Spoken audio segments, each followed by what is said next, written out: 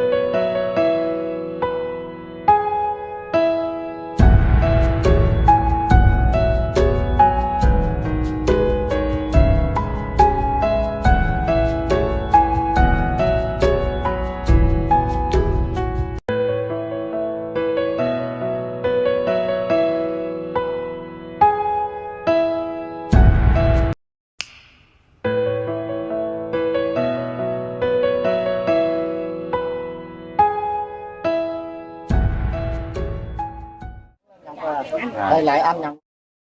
Cha em chúc em mau hết bệnh. Trời ơi, có ai dạy không mà sao nói lưu lót quá vậy con? Cha em Cảm ơn anh đi. em mau hết bệnh nha. 12 ngàn dạ.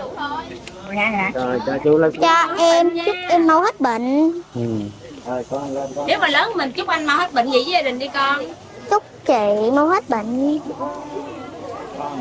Đây. Rồi. Chúc anh mau hết bệnh. Bảo á chị, Bảo lên mấy mẫu kìa.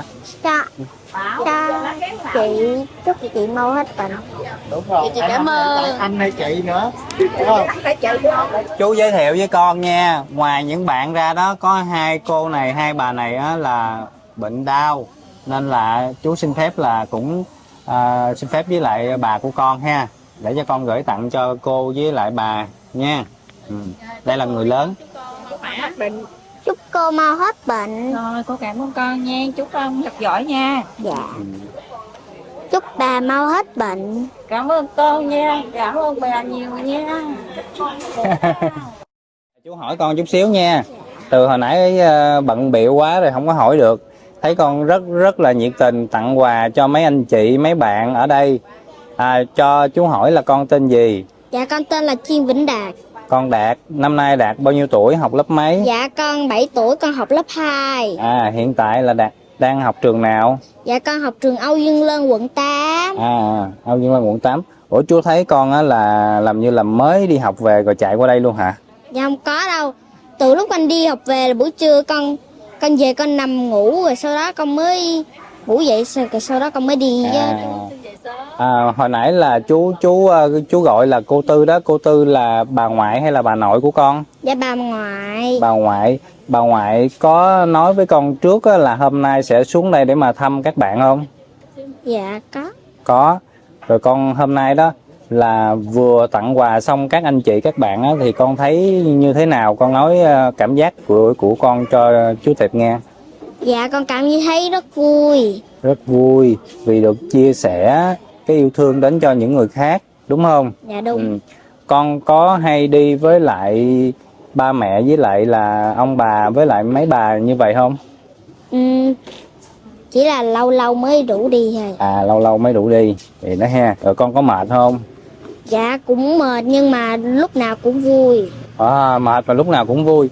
Rồi con có cái lời chúc, lời nhắn gì đến cho các anh chị, các bạn trong buổi chiều ngày hôm nay không?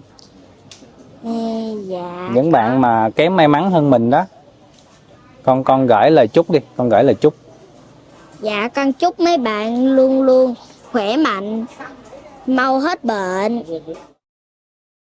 Chú cảm ơn con nhiều nha. Dạ. Chú mong là mai mốt sẽ gặp lại con để mà con tặng những cái phần quà yêu thương này cho các bạn như ngày hôm nay nha. Dạ. Ok ha. Cảm ơn chú.